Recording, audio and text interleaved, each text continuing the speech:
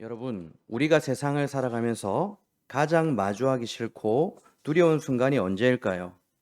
그것은 아마도 꽁꽁 숨겨두고 싶었던 나의 치부가 사람들 앞에 밝혀질 때일 거예요. 우리의 인간의 본성 깊은 곳에는요, 어떻게든 나의 숨겨진 진짜 모습을 드러내지 않으려는 방어 본능이 있어요. 여러분들도 숨기고 싶은 사실들은 한 가지 있잖아요. 그래서 나의 치부가 드러나려고 하면 가장 먼저 튀어나오는 본능적인 행동이 바로 남 탓을 하는 거예요. 여러분, 이것은요, 인류의 조상 아담 때부터 내려온 아주 뿌리 깊은 본성이에요. 나쁜 본성이죠. 선악과를 따먹고 두려움에 떨며 숨어있던 아담에게 하나님이 찾아오셨을 때 아담이 어떻게 변명합니까? 하나님이 주셔서 나와 함께 있게 하신 저 여자가 주므로 내가 먹었나이다. 또 하와는 뭐라고 합니까? 뱀이 나를 꿰므로 내가 먹었나이다. 내 탓은 없다라는 거예요. 내가 마땅히 책임져야 되지만 삐뚤어진 본성은 누군가를 희생양으로 삼아서라도 나를 지켜내려고 한다라는 것이죠. 여러분, 이것은 서글픈 인간의 자아상, 바로 저와 여러분들의 모습이에요. 자, 여러분, 이제 여러분이 상상을 한 가지 해보는 거예요. 지금 여러분이 절제절명의 위기에 빠졌습니다. 앞이 보이지 않고 이겨낼 여력이 없어요. 그런데 바로 그때 여러분 앞에 그 문제를 해결할 수 있는, 그러니까 도피할 수 있는 문이 열려버렸어요. 내가 책임지지 않고 또한 합법적으로 도망칠 수 있는 기회가 생긴 것이죠. 나하고 상관없는 일이라고 마음만 먹으면 나는 이 위기에서 벗어나 평안히 집으로 돌아갈 수가 있어요. 주변 사람이 들어도 그래, 그건 네 잘못이 아니지라고 인정할 만합니다. 여러분, 오늘 이거 누구의 이야기일까요? 본문에 등장하는 요셉의 형들에 대한 이야기죠. 오늘 본문의 내용을 보시면 요셉 앞에 서게 된 형제들은 지금 당장 끌려가거나 목숨이 날아갈 수 있는 끔찍한 공포를 마주하고 있습니다. 그런데 애굽의 총리 요셉이 그들에게 달콤한 말을 하죠. 17절, 요셉이 이르되 내가 결코 그리하지 아니하리라. 자니 그 손에서 발견된 자만 내 종이 되고 너희는 평안히 너희 아버지께로 도로 올라갈 것이니라. 여러분이 이 상황 같으면 어떻게 할 것 같아요? 도둑질을 한 것은 베냐민이잖아요. 자신들은 집으로 돌아갈 수 있는 좋은 명분이 있는 거예요. 아버지 야곱에게도 할 말이 있죠. 베냐민이 도둑질해서 그렇다니까. 오래전 아버지가 가장 사랑했던 동생 요셉을 거리낌 없이 구덩이에 던져버리고 노예로 팔아버렸던 잔인한 그들이라면 지금의 상황에서는 충분히 캐제를 부르고 꼬리 자르듯 베냐민을 잘라버리고 고향으로 갈 수 있는 것이죠. 그런데 오늘 말씀은 이런 우리의 예상을 빗나가고 있죠. 도대체 이들에게 어떤 일이 생겼던 것일까요? 오늘 말씀을 통해 하나님께서 당신의 백성들을 어떻게 이끌고 가시는지를 함께 살펴보며 우리의 삶도 묵상하는 귀한 시간이 되기를 축원합니다. 가나안 땅에 극심한 기근이 들어서 야곱의 아들들은 양식을 구하기 위해 애굽에 내려왔었죠. 우여곡절 끝에 애굽 총리의 극진한 대접을 받고 자루마다 양식을 가득 채워서 고향으로 돌아가는 길이었어요. 그토록 노심초사하며 데려왔던 막내 동생 베냐민도 무사했죠. 이때 형제들의 발걸음이 얼마나 가벼웠을까요? 마음속으로는 다행이다. 이제 아버지께 무사히 돌아가기만 하면 된다. 안도했을 거예요. 그런데 성읍을 빠져나간 지 얼마 되지 못했을 때 갑자기 뒤에서 애굽 총리의 무장한 군사들이 쫓아와서 그들의 앞길을 가로막아 버립니다. 그러더니 청지기가 호통을 치는 거예요. 보면 4절과 5절입니다. 그들이 성읍에서 나가 멀리 가기 전에 요셉이 청지기에게 이르되 일어나 그 사람들의 뒤를 따라가서 그들에게 이르기를 너희가 어찌하여 선을 악으로 갚느냐? 이것은 내 주인이 가지고 마시며 늘 점치는 데 쓰는 것이 아니냐? 너희가 이같이 하니 악하도다. 여러분, 요셉은 왜 하필 그 수많은 물건 중에서 은잔을 베냐민의 자루에 숨겼을까요? 그리고 청지기는 도둑질을 꾸짖으면서 왜 훔쳤느냐라고 책망하는 것이 아니라 너희가 참으로 악하도다라고 표현했을까요? 여러분, 히브리 원어를 살펴보면 이 악하도다라는 단어는요, 라라는 단어를 사용해요. 이건 물건 하나 훔친 실수를 말하는 게 아니라요, 누군가의 은혜를 무참히 짓밟고 관계를 철저히 파괴해버리는 치명적이고 사악한 범죄를 가리킬 때 사용하는 말이에요.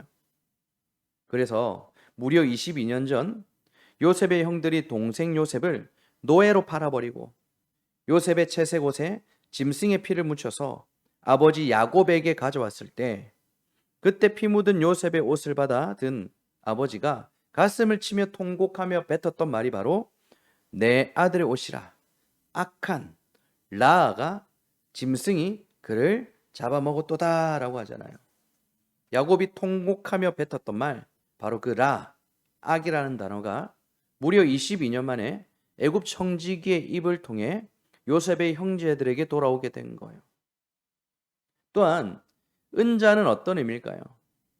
여러분, 요셉은 은잔을 점치는 데 사용하지 않았어요. 지난 43장 요셉의 청지기의 고백만 보더라도 요셉은 하나님을 경외하는 사람이었죠.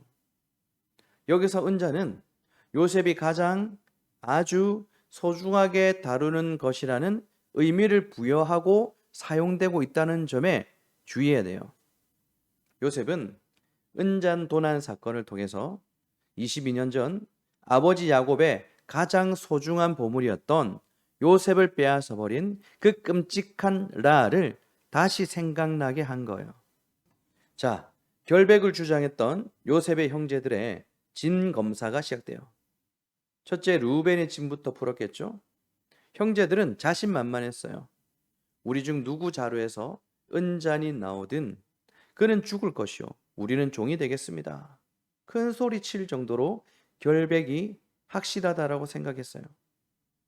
그런데 하나씩 자루가 열리며 짐이 줄어들고 마침내 맨 마지막 막내 베냐민의 자루가 열리는 순간 은잔이 거기서 나와버렸죠. 자, 이때 형제들은 어떻게 반응했을까요? 정말 놀라운 일인데 13절입니다. 그들이 옷을 찢고 각기 짐을 나귀에 싣고 성으로 돌아가니라.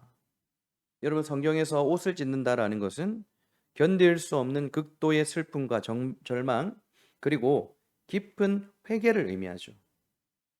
우리 다시 22년 전으로 돌아가 봅시다. 창세기 37장을 보면 형들은 요셉을 구덩이에 던져 넣기 전에 가장 먼저 요셉이 입고 있던 그 얄미운 채색 옷부터 벗겨서 갈기갈기 찢어버렸어요. 형들에게 옷이 찢겨 나갈 때 요셉이 살려달라고 얼마나 애타게 울부짖었을까요? 하지만 형들은 들은 척도 안 하고 태연히 앉아 밥을 먹었어요.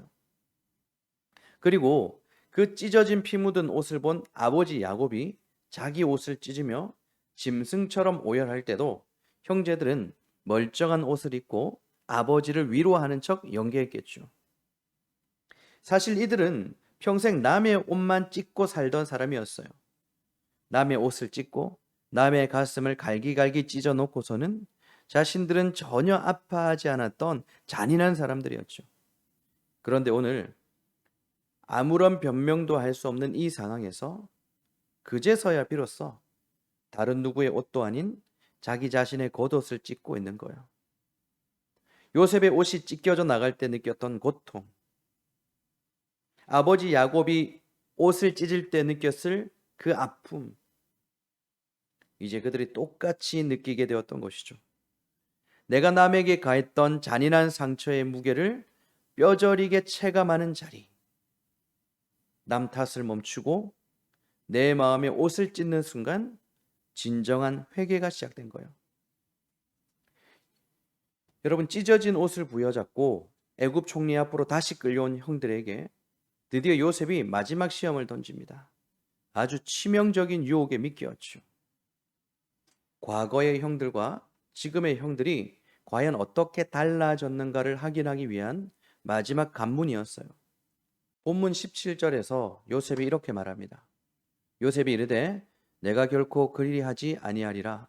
자니 그 손에서 발견된 자만 내 종이 되고 너희는 평안히 너희 아버지께로 도로 올라갈 것이다.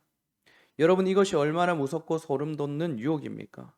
요셉은 지금 형들에게 꼬리 자르게 할 수 있는 명분을 준 거예요. 너희들은 죄가 없잖아. 훔친 건 베냐민이니까 걔만 여기 놔두고 너희는 평안하게 아무 일 없었다는 듯이 집으로 돌아가도 돼. 요셉의 말대로 해도 괜찮아요. 고향에 돌아가서 아버지에게 둘려댈 완벽한 명분이 생겼으니까요. 라헬의 자녀들만 그렇게 편애했던 그 아들들의 죄를 보라고. 요셉은 교만하더니 베냐민은 도둑질을 하더니 아버지 탓, 베냐민 탓 할 수 있잖아요. 그런데 여기서 정말 놀라운 일이 벌어져요. 이 완벽한 도피처 앞에서 아무도 도망치지 않는 거예요. 베냐민을 탓하지도 않아요. 오히려 총리 앞으로 담대하게 나서는 한 사람이 있습니다. 바로 넷째 아들 유다죠. 오늘 유다의 고백을 보십시오. 유다가 말하되 우리가 내 주께 무슨 말을 하오리까? 무슨 설명을 하오리까? 우리가 어떻게 우리의 정직함을 나타내리까? 하나님이 종들의 죄악을 찾아내셨으니 우리와 이 잔이 발견된 자가 다 내 주의 노예가 되겠나이다. 여러분, 유다는요, 억울하다라고 말하고 있지 않아요. 오히려 한술 더 떠서 하나님이 종들의 죄악을 찾아내셨습니다라고 외치고 있죠. 이게 대체 무슨 말일까요? 눈앞에 벌어진 도난 사건도 억울한데 유다가 왜 이런 고백을 할까요? 이 순간 유다의 영적인 눈이 번쩍 뜨인 거예요. 베냐민의 자루에서 굴러 떨어진 그 은잔을 보는 순간 22년 전 요셉을 구덩이에 던지고 아버지를 속였던 그 사건이 내리를 스친 거죠. 이 은잔은 그냥 은잔이 아니구나. 아무도 모를 줄 알았던 22년 전 우리의 끔찍한 죄악을 지금 하나님께서 은잔이란 도구를 통해서 찾아내셨구나라고 직감한 거예요. 여러분, 유다가 왜 이런 고백을 할 수 있었을까요? 창세기 38장 유다와 다말 사건을 통해서 유다가 확실하게 깨달았잖아요. 유다에게는 다말이라는 며느리가 있었어요. 어느 날 유다는 다말을 창녀로 착각하고 하룻밤을 보내게 되죠. 그런데 얼마 뒤 며느리 다말이 임신을 했다라는 소문이 들려오는 겁니다. 그때 시아버지 유다가 어떻게 했어요? 불같이 화를 내면서 그 여자를 당장 끌어내어 불태워 죽여라고 무섭게 정죄했잖아요. 정작 본인은 뒤에서 부끄러운 짓을 해놓고서는 겉으로는 거룩한 척 남을 심판하는 지독한 위선자였다라는 것입니다. 그런데 끌려가던 며느리 다말이 유다 앞으로 물건 3개를 내밀었어요. 이 도장과 끈과 지팡이의 주인이 나를 임신하게 하였습니다. 여러분, 그 물건들은 누구의 물건들이었죠? 다름 아닌 유다 자신의 신분증과도 같은 물건이었잖아요. 빼도 박도 못할 증거물 앞에서 거룩한 척했던 유다의 추악한 죄악이 밝혀지고 말았어요. 그때 유다가 어떻게 말합니까? 그는 나보다 옳도다. 여러분, 유다는 다말 사건을 통해서 하나님께서 자신의 은밀한 죄를 철저하게 들춰내신다라는 것을 경험했어요. 그런 유다이기에 다말의 도장이 유다의 죄를 고발했듯이 베냐민의 은잔이 형제들의 과거 죄악을 고발하고 있다는 사실을 단번에 알아챌 수 있었던 것입니다. 여러분, 이처럼 자신이 도무지 용서받을 수 없는 죄인임을 철저하게 깨달은 자만이 다른 연약한 자를 위해 기꺼이 십자가를 지는 자리로 내려갈 수 있는 거예요. 나 혼자 살겠다고 동생을 구덩이에 밀어넣었던 유다가 이제는 동생을 살리기 위해 스스로 구덩이로 뛰어드는 위대한 희생양으로 변화된 것이죠. 바로 이것이 우리를 살리시기 위해 아무런 핑계 없이 십자가를 지신 유다 지파의 사자 예수 그리스도의 위대한 사랑의 그림자로 우리에게 비치는 것입니다. 사랑하는 여러분, 오늘 나눈 말씀을 통해 우리의 삶을 한번 비춰봅시다. 오늘 우리의 삶에도 하나님께서 허락하시는 은잔의 사건들이 일어나죠. 편안하게 잘 지내고 있다고 생각했는데, 아무 문제 없이 걸어가고 있다라고 믿었는데, 어느 날 갑자기 내 삶의 자루에서, 내 가정의 자루, 교회 자루에서 은잔이 툭 하고 떨어지는 거예요. 그 은잔은 예기치 못한 질병일 수도 있고, 믿었던 사람과의 갈등일 수도 있겠죠. 재정의 무너짐일 수도 있고, 자녀의 방황일 수도 있어요. 우리는 그 은잔이 내 삶에 떨어지는 순간 하늘이 무너지는 것 같은 위기를 느끼는 거예요. 하나님, 왜 나에게 이런 억울한 일을 당하게 하십니까? 왜 내 자루에서 이런 불행이 쏟아지게 하십니까? 라고 원망하는 거죠. 그러나 여러분, 영적인 눈을 크게 뜨고 보십시오. 하나님께서 우리 삶에 은장과 같은 위기의 사건을 허락하신 이유는 꽁꽁 숨겨두었던 우리의 라를 깨닫게 하여 우리의 마음속 짐을 풀어 헤치시기 위해서라는 것입니다. 나의 숨겨진 죄악과 연약함이 폭로되는 그 은잔의 위기 앞에서 세상은 우리에게 피할 길을 주겠죠. 하지만 여러분 기억하십시오. 우리의 진정한 회복은 피하는 게 아닙니다. 어디서부터 시작되는지 아십니까? 마귀가 던져주는 달콤하고 완벽한 핑곗거리, 남 탓이라는 도피처를 발로 걷어차 버리는 데서부터 시작되는 거예요. 내가 책임을 지지 않아도 될 만큼 핑계가 있음에도 불구하고, 도망칠 수 있는 뒷문이 활짝 열려 있음에도 불구하고 기꺼이 스스로 그 문을 닫아버리는 거예요. 그래야 하나님의 뜻을 알 수 있는 것입니다. 그러므로 여러분, 오늘 우리는 유다가 섰던 그 십자가의 자리로 나아갑시다. 하나님이 종들의 죄악을 찾아내셨습니다. 하나님이 내 죄를 찾아내셨습니다. 오늘 이 시간 은잔을 통해 내 죄를 폭로하시는 하나님 앞에 엎드릴 수 있기 바랍니다. 변명의 옷을 찢고 유다처럼, 그리고 우리 주 예수 그리스도처럼 십자가를 지시기로 결단하십시오. 그리하여 요셉이 통곡하며 안았던 그 폭발적인 화해와 구원의 부흥이 오늘 여러분의 가정과 우리 교회 가운데 충만히 임하기를 우리 주님의 이름으로 축원합니다. 함께 기도하는 시간을 가지도록 하겠습니다.